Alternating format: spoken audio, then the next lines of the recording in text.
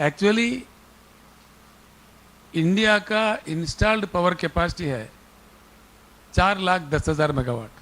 मैंने पत्र दिया है आपको, इसमें है किसी भी साल किस साल कितना इस्तेमाल किया वो पत्र आपके पास है अभी, किसी भी साल। तो टेबल रखना चाहिए था भाई। ये देखिए, ये पत्र मैंने आपको दिया है, इसमें पूरे डिटेल है किस साल पीक लोड यानी कि ज़्यादा इस्तेमाली, ज़्यादा से ज़्यादा उपयोग किस साल में कितना हुआ था। 2,15,000 मेगावाट से कभी भी ज़्यादा इस्तेमाल नहीं किया India. Highest peak load of India was 2,15,888 megawatts. मैंने आपको दिया है पेपर ये, जबकि 4,10,000 मेगावाट पावर की इंस्टॉल्ड कैपेसिटी है हमारे पास। और तमाशा ये है, पार्लियामेंट को गवर्नमेंट ऑफ इंडिया ने गुज़िश्ता पार्लियामेंट सेशन में, दिसंबर जो सेशन चला था उसमें समाधान दिया है। एक हमारे ही सदस्य ने पूछा था क्वेश्चन, 40 लाख बिजली उत्पत्ति करने वाले कारखाने देश के कई भागों में है, वो भी लिस्ट मैंने दिया है आपको। उल्टे सुलटे कुछ झगड़ा में जो गवर्नमेंट ऑफ इंडिया समझता है तो इजीली सुलझा जा सकता है, अगर चाहे तो कानून बदला जा सकता है। 40,000 मेगावाट वाला बिजली कारखाने एनसीएलटी के चक्कर में स्ट्रेस्ड एसेट्स करके डिक्लेयर कर दिया है। वो सुलझा दे के बटन दबा देते करंट चालू होकर आ सकता है, लेकिन सारे जनता परेशान है देश में। किसी भी राज्य में 24 घंटा करंट नहीं मिलता किसी भी चीज़ के लिए। किसान खेती किसानी के लिए तो मिलता ही नहीं। कई राज्यों में तो किसान परेशान है, कभी दिन में आए तो कभी रात में, 4-4 बार 5-5 बार जाता है, 2-2 घंटा 3-3 बार आके जाता है। कई राज्यों में तो 3-3 दिन नहीं आता है। बस इस प्रकार की स्थिति क्यों बने रहे। डेवलपमेंट इंडेक्स में सबसे पहला दुनिया भर में देखा जाता है कितना power per capita power utilisation है। हम उभरते ही नहीं, ऊपर आते ही नहीं। अब कहाँ से डेवलप करेंगे इंडिया। लंबी लंबी भाषण, झूठी वादे, कहानियाँ, ये कब तक सुनते रहेंगे, कब तक चलेगा ये बात। इसीलिए हम चाहते हैं भारत की जनता से, भारत के युवा से हम अनुरोध करते हैं, ये परिवर्तन का समय है, देश को परिवर्तित होना चाहिए। अब बेसब्र हो जाए तो काफ़ी अलग सलग बातें में निकल सकते हैं। कहीं हम हर चीज़ में पीछे नहीं, हमारा इंफ्रास्ट्रक्चर ठीक है, क्यों पिछड़ापन है। हर चीज़ रहे जैसा दिखता है, master of all but jack of none. ये क्या बात हो गया। दिल्ली जाते हैं राजधानी, 45 मिनट हवा में चक्कर काटना पड़ता है, एरोड्राम में कंजेशन। हाँ बिल्कुल सच बात है। पानी की जो बात मैं कह रहा था, दिल्ली राजधानी, हमारा दिल्ली में तक पानी भरपूर नहीं मिलता। 75 साल के आज़ादी के बाद अगर राजधानी में भरपूर पीने की पानी की प्रबंधन नहीं है तो हम क्या कहाँ पहुंचे। क्या हो रहा है इस देश में। इसीलिए हम अनुरोध करते हैं युवा से, जनता से, बुद्धिजीवियों से, इंटेलेक्चुअल कम्युनिटी से, ये परिवर्तन का समय है, बस इसको रोकना चाहिए। हर चीज़ में हम पीछे, ना रोड सही, ना रेल सही, ना शिपयार्ड सही, ना एयरपोर्ट सही, कोई भी एक चीज़ नहीं। अब ऐसा है, गुड्स ट्रेन का स्पीड देखिए। अब हम कब कैच करेंगे, कब दुनिया के साथ हमारा चलेगा। हम इकोनॉमी की बात कर रहे हैं बेशर्मी से। बिल्कुल मुझे तो शर्म लगता है। ऐसा है, Indian truck speed, Indian goods train का स्पीड है, आपको दिया मैंने पेपर, ये एवरेज स्पीड है 24 किलोमीटर इंडियन गुड्स ट्रेन का, जबकि चाइना का गुड्स ट्रेन का एवरेज स्पीड है 120 किलोमीटर। अब हम कब मुकाबला करेंगे जी चाइना से। ये संभव है। यूएस का 78 किलोमीटर है, यूनाइटेड किंगडम का 75 किलोमीटर है, ऑस्ट्रेलिया का 80 किलोमीटर है, जर्मनी के 60 किलोमीटर है। ये मैंने दिए है आपको। और इंडिया का 24 किलोमीटर है। और हम बातें कर रहे हैं, लोगों को बहला रहे, धर्म के नाम पे, जातिवाद नाम पे देश को डिवाइड कर रहे, मनमानी गेम खिलवाड़ा कर रहे। तो ये कहाँ पहुंचेंगे देश हमारा। इसीलिए हम चाहते हैं ये ऐसी हकीकतें देश के सामने आए और हमारे पत्रकार भाई ज़्यादा मेहनत करें ऐसी चीज़ों को जनता के सामने रखने का, और परिवर्तन के लिए आप बहुत बड़ा योगदान कर सकते हैं अगर आप चाहे तो, करना भी चाहिए, because you are the fourth state of the country. Democracy के जो स्तंभ होते हैं, 4 स्तंभ में हमारे मीडिया बहुत ही अहम, it is the fourth state of the Indian democracy.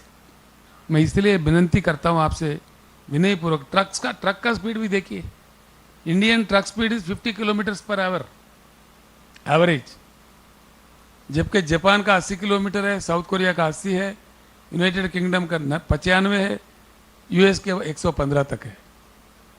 हम कब कैच करेंगे दुनिया के साथ? हमारा इकोनॉमी कैसा बढ़ेगा? बातों में बढ़ेगा, भाषण में बढ़ेगा, स्टेटमेंट्स में बढ़ेगा, हकीकत में कब बढ़ेगा? हम कैच कर पाएंगे दुनिया के साथ? आगे निकल पाएंगे?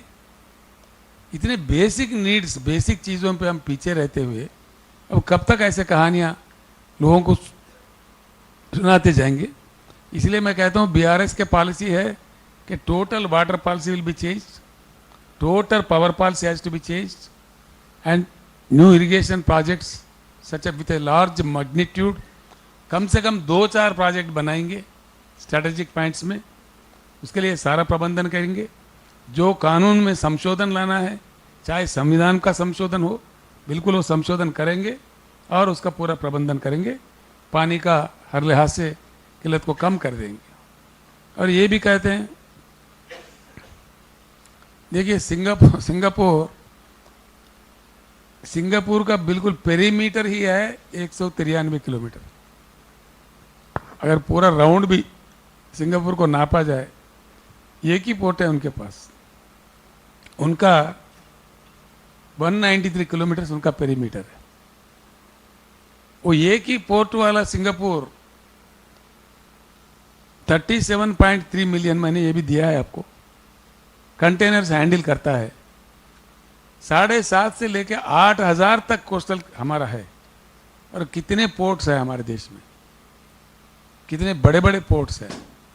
ये मतलब हम 25 करते हैं, 25 मिलियन, और चाइना 210 से लेकर 250 मिलियन डील करता है। हम कितने पीछे हैं?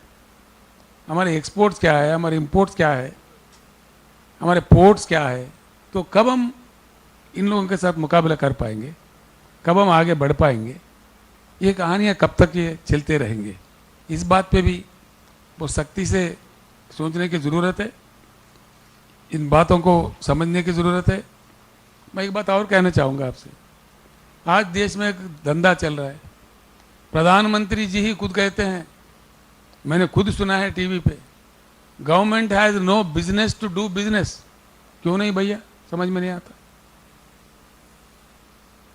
गवर्नमेंट का तो काम है बिजनेस करना चाहिए या करना चाहिए। अपनी जिम्मेदारी से हटने वाला सरकार थोड़ी होता है, जिम्मेदारी निभाना चाहिए। आज क्या हो रहा है? Socialization of the losses, privatization of the profits. जहां नुकसान होता है ठोक दो जनता पे, बता दो, उनको डरा दो कि भाई ये इसमें नुकसान आ गया, घाटा हो गया, लिहाजा पेट्रोल बढ़ाओ, डीजल बढ़ाओ, गैस बढ़ाओ, फलाना बढ़ाओ, ढिमकाना बढ़ाओ। जिसमें प्रॉफिट होता है वो प्राइवेटाइज कर दो। बेहद अंधाधुन प्राइवेटाइजेशन क्यों किए जा रहे हैं? किस लिए किए जा रहे हैं? देखिए कितना तमाशा होता है।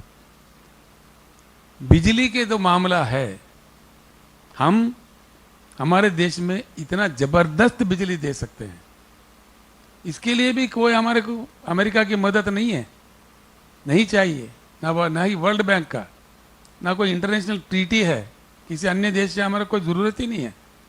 बहुत आसानी से हम अपने पावर के अंदर, अपने संविधान के अंदर, हमारे संविधान के छत्रछाया में बहुत जबरदस्त 24 घंटा उच्च गुणवत्ता वाला पावर दे सकते हैं। बिल्कुल दे सकते हैं, संभव है। इसलिए संभव है, कोयला खदान इतने हैं हमारे पास। India has 361 billion tons of coal reserves. 361 billion tons मैंने दिया है आपको, कागजों में है, आप लोग बाद में देख लीजिए तफसील से। मैं अपने बात कह दे रहा हूँ। 361 बिलियन टन यानी कि उसमें अगर 40-50% भी जब रिट्रीवल करते आता है तो 125 ईयर्स के लिए पूरे देश के लिए बिजली देने के लिए काफ़ी है। इतनी संपत्तियां हमारे पास रखते हुए हम पूरे प्राइवेट की बात कर रहे हैं। Adani power, Ambani power, Jindani power, Bondani power क्यों दे रहे भाई, समझ में नहीं आता। पावर सेक्टर तो इतनी इंपॉर्टेंट चीज़ है कि देश की प्रगति विकास को मापने में दुनिया के पूरे इंडेक्सेस में पर कैपिटा पावर यूटिलाइजेशन को ही माना जाता है। कौन सा देश कितना पर कैपिटा इसका पावर है उसी से खाता मालूम हो जाता है देश का।